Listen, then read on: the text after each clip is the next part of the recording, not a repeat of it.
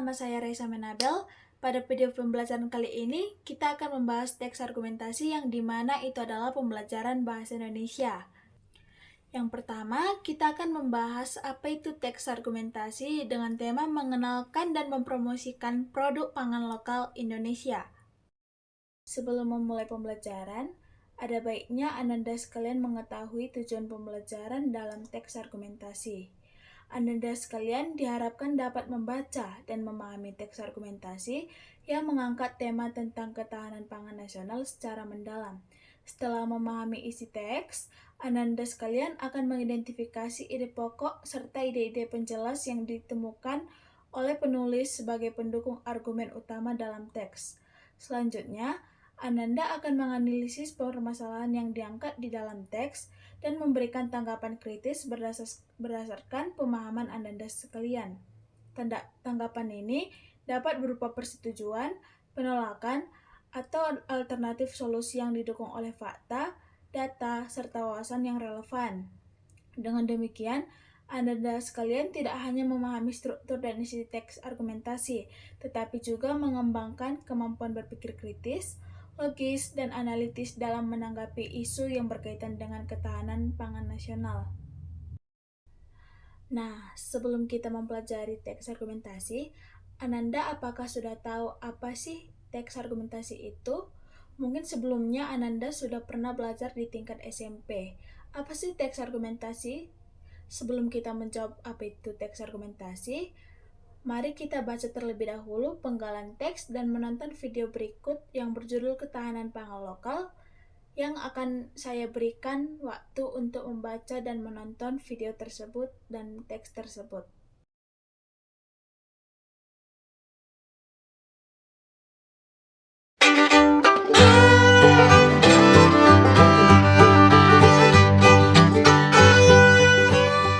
Papua memang selalu menyimpan kisah unik tak terkecuali soal makanan. Di sana masyarakat cenderung memilih sagu untuk dijadikan makanan pokok ketimbang nasi. Salah satu makanan khas berbahan sagu yang terkenal adalah papeda. Di Papua terdapat keajaiban alam yang telah menjadi bagian integral dari kehidupan masyarakat setempat. Keajaiban itu adalah sagu. Tepung yang dihasilkan dari batang palem sagu telah menjadi makanan pokok yang tak tergantikan bagi penduduk Papua, memberikan energi dan nutrisi yang mereka butuhkan untuk bertahan hidup di daerah yang penuh tantangan.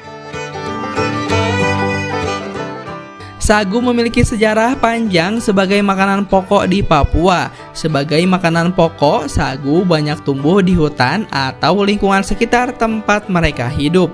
Tanaman palem sagu tumbuh subur di hutan-hutan lebat dan rawa di daerah tersebut, baik sagu yang tumbuh liar maupun yang ditanam. Tanaman ini banyak ditemui di tepi sungai atau tempat dengan kadar air tinggi. Tanaman rumbia dapat tumbuh hingga mencapai 30 meter dan dari satu pohon para petani sagu dapat menghasilkan 150 sampai 300 kg bahan baku tepung sagu. Nah Sobat Agro, di video kali ini kita akan membahas tentang sagu yang menjadi makanan pokok masyarakat Papua dan juga Maluku, serta bagaimana sagu diolah menjadi makanan yang bernutrisi. Tonton video ini sampai selesai dan berikut ulasannya.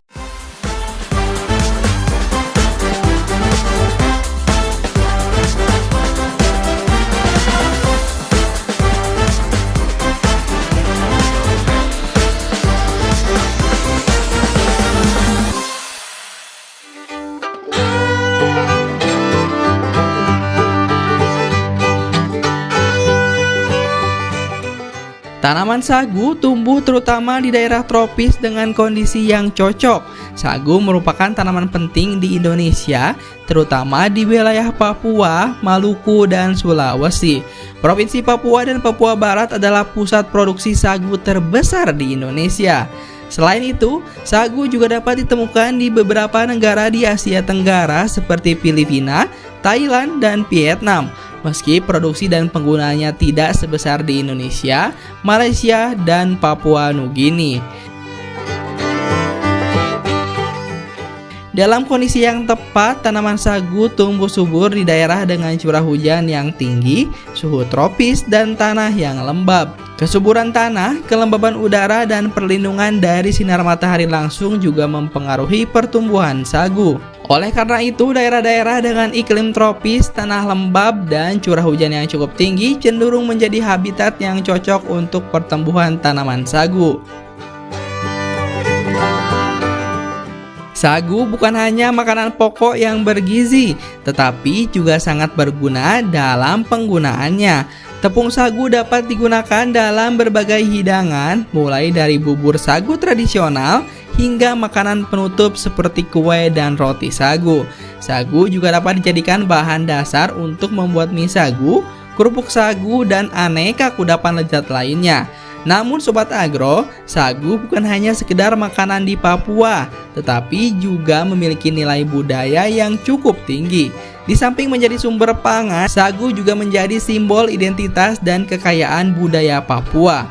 Proses pengolahan sagu tradisional yang melibatkan banyak anggota masyarakat sering menjadi momen penting untuk berkumpul, bercerita, dan memperkuat ikatan sosial. Bagi masyarakat Indonesia Timur, sagu mudah ditemukan dan diolah. Pengolahan sagu sudah menjadi tradisi turun-temurun melalui budaya lisan dari generasi ke generasi. Umumnya, masyarakat Indonesia Timur lebih menyukai sagu daripada beras sebagai makanan pokok, sehingga masyarakat Indonesia Timur sudah terbiasa mengolah sagu. Masyarakat mencari sagu berkualitas sejak pagi hari. Biasanya, masyarakat tidak pergi sendiri melainkan secara berkelompok. Mereka akan berjalan menyusuri hutan, daerah aliran sungai, dan rawa-rawa untuk mendapatkan sagu yang berkualitas. Dalam memilih sagu, masyarakat secara cermat akan memperhatikan batang sagu yang memiliki diameter besar dan cukup kokoh. Pohon sagu yang memiliki batang besar artinya usia pohon itu semakin tua dan memiliki kualitas sagu yang baik. Setelah menemukan sagu yang berkualitas, masyarakat pun akan menebang pohon sagu dan hasil tebangannya dipotong-potong menjadi beberapa bagian.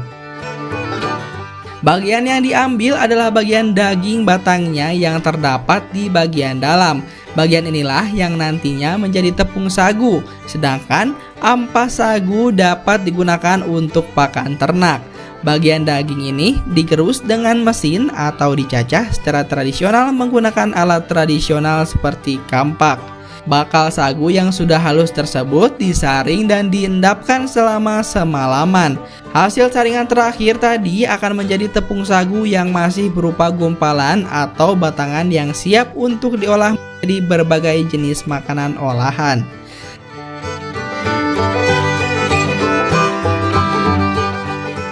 Nah Sobat Agro, dari tanaman sagu tersebut terdapat beberapa bahan dan produk yang dapat diambil dan dimanfaatkan. Antara lain yang pertama tepung sagu itu sendiri. Tepung sagu adalah produk utama yang dihasilkan dari batang sagu. Tepung ini digunakan sebagai bahan dasar dalam banyak hidangan tradisional seperti bubur sagu. Yang kedua, diolah menjadi gula aren sagu. Gula aren dapat dihasilkan dari nira atau getah batang sagu. Proses pemasakan nira sagu menghasilkan gula aren yang digunakan sebagai pemanis alami dalam berbagai hidangan makanan. Yang ketiga, ada minyak sagu. Minyak dapat diekstraksi dari batang sagu. Minyak sagu digunakan dalam industri makanan, kosmetik, dan juga farmasi. Minyak ini memiliki kualitas yang baik untuk keperluan kuliner dan kosmetik karena memiliki kandungan asam lemak tak jenuh tunggal yang sehat. Yang keempat, sebagai bahan bangunan. Selain produk makanan, bagian lain dari tanaman sagu juga dapat dimanfaatkan sebagai bahan bangunan.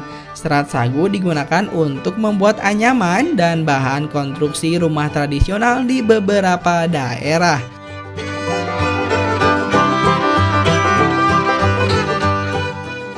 Penggunaan dan manfaat dari sagu tidak hanya terbatas pada makanan saja ternyata Sobat Agro, tetapi juga berperan dalam aspek ekonomi, budaya, dan lingkungan di daerah-daerah tempat tumbuhnya pohon sagu. Nah, itu dia Sobat Agro sekilas tentang pohon sagu sebagai makanan pokok masyarakat Papua dan juga Maluku, serta bagaimana sagu diolah menjadi makanan yang bernutrisi. Seperti biasa, jangan lupa untuk terus dukung channel ini dengan cara like, comment, and subscribe. Sampai jumpa di next video.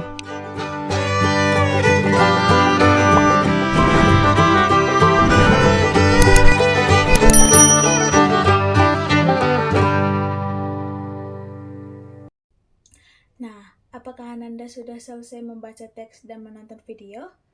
Bagaimana pendapat Ananda mengenai kedua sumber tersebut? Nah, pada teks tersebut, kita ketahui bahwasanya selain beras, Indonesia juga memiliki sumber pangan yang lain, yaitu sagu. Apalagi ternyata Indonesia memiliki lahan sagu terluas di dunia, yang merupakan potensi terbaik dalam pengelolaan dan ketahanan pangan lokal Indonesia.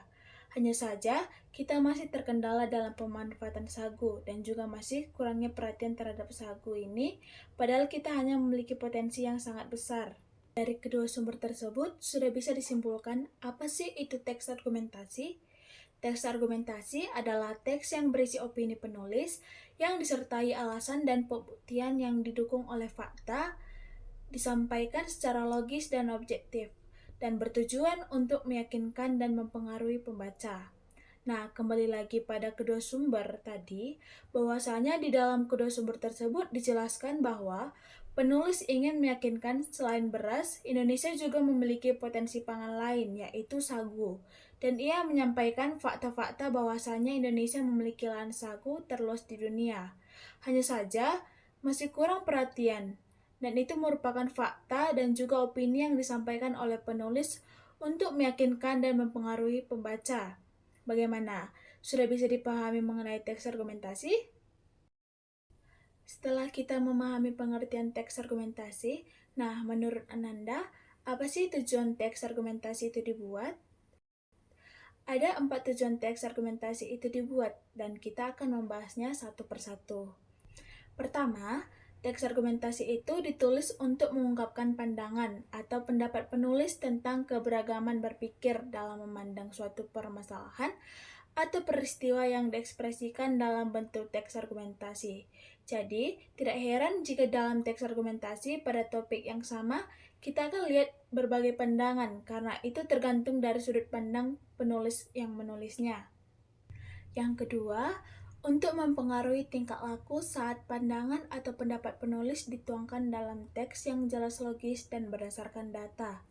Maka, pembaca dapat menarik kesimpulan dan berpendapat yang kemudian dapat mempengaruhi tingkah laku pembaca terhadap isu yang sering dibahas. Nah, teks argumentasi ini dibuat berdasarkan opini penulis.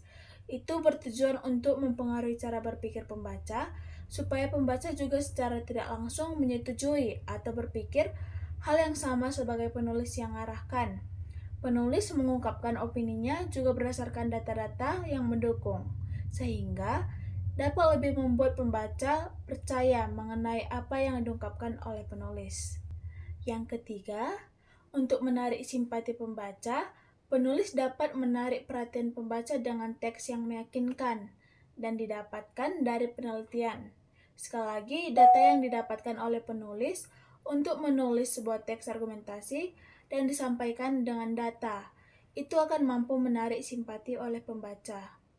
Dan yang keempat, untuk membuktikan kebenaran secara logis sehingga isu yang dibuat dan tersebar di kalangan masyarakat tidak lagi simpang siur kebenarannya.